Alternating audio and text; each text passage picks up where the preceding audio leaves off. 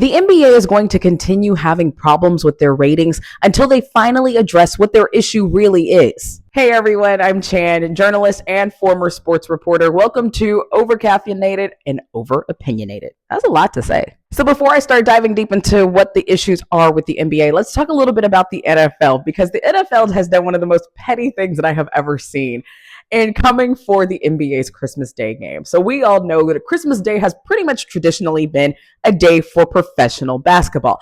That is until the NFL in the last couple of years has decided to have Christmas Day games. Mostly those games have been because Christmas Day itself fell on a Thursday or a Friday, Saturday, Sunday, a day in which the NFL typically hosts games during the month of December. But this year, Christmas Day fell on a Wednesday. And what did the NFL decide to do? The most petty thing ever. They not only played said games on Netflix, but they also had Mariah Carey, Pentatonix, and Beyonce herself performing at these games. And of course, the NFL pulled in mega numbers. The Christmas Day games on Netflix are the most streamed NFL games in history. About 65 million people all over the world tuned in to at least 1 minute of these NFL games. Now, of course, the NFL is going to take whatever opportunity they can in order to cash in. But we all know that Christmas Day has traditionally been a day for basketball fans. The NBA has scheduled some of their marquee matchups for Christmas Day, and it's really kind of the games that set the tone for the remainder of the season. So the NBA's ratings, of course, have been pretty much on a downward spiral for the last 10 years. Christmas Day is supposed to be like their saving grace. And this year's Christmas Day games actually didn't disappoint. They averaged a little over 5 million viewers per game, making it one of their most successful Christmas days in the last 5 years. The Ravens win over the Texans and Kansas City's win over the Steelers both garnered in over 24 million viewers apiece. However, this is really part of a larger problem that the NBA has, because their ratings have been on a downward spiral for the last 10 years. And I don't think anyone who's an NBA fan is at all surprised by this. Yes, you still get very high caliber basketball and some outstanding players, but the game is just also vastly different as well, thanks in large part to players like Steph Curry, who like to sit behind the three-point line and hit threes all day. There's nothing wrong with it. It's just a very different type of game. Another big issue with the NBA is that they play too many games. Let's be honest, nobody is that vested in their team. Well, I take that back. My mother is. My mother watches every single Mavericks game starting from the preseason.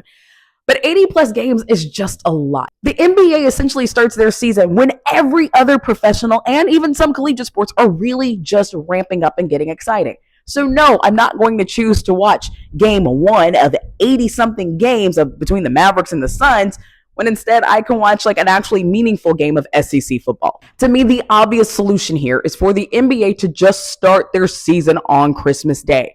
Start with those key marquee matchups that you always promote on Christmas Day and just start your season then. You're already having too many injuries. Every player is always hurt, especially if you're a star. And don't even get me started on the amount of teams that just rest players for no reason whatsoever. When people pay hundreds of dollars in an already down economy to come see their favorite player play, and then they're resting, not because they have an actual injury, but just because you're trying to balance their workload. And I get it, it's a sport, these players are worth a lot of money, but I'm just saying you also have an off season. And a lot of these injuries would be mitigated if they weren't playing so many games. And you know what? Forget it. Let's just talk about it. The elephant in the room. The players are not likable. And a large part of that is because we have allowed politics to influence sports. Now, I am not one of those kinds of people who believes that people should just stick to sports. You have a political ideology, you are free to express that in any way that you see fit. But the second that you do, just understand that you're going to alienate about half of your audience. And that's exactly what the NBA has done. The NBA has allowed their players, their coaches, and even a lot of their personnel to come out and make these big, grandiose statements. And whether or not you agree with them, they are still alienating a part of their audience. The NBA has allowed their players, their coaches, and even a lot of their personnel to come out and make these big, grandiose statements. And whether or not you agree with them, they are still alienating a part of their audience.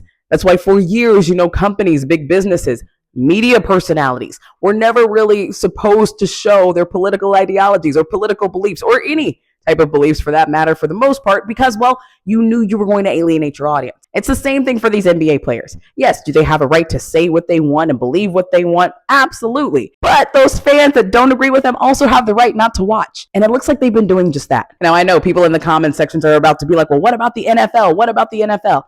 The NFL did things a little bit differently. Now, the NFL also has their issues, trust and believe, but here's what the NFL did not do. The second they started having issues, which is another video for another day, with the national anthem, you know what they started doing? They stopped showing the national anthem on most of their broadcasts. They were like, listen, we're going to mitigate this situation before it goes way too far. And did they lose some of their viewers? 100% they did. But did they lose a lot of their viewers? No. At the end of the day, to me, the NBA's issues all boil down to a watered down version of the game, unlikable players, and just too many games. But what do I know? I'm just another over-opinionated sports fan. All right, guys, that's all for today's coffee chat. Make sure you leave your thoughts there in the comment section and weigh in on today's conversation. Before you go, make sure you hit that like and subscribe button for more sports over-opinionated takes just like this.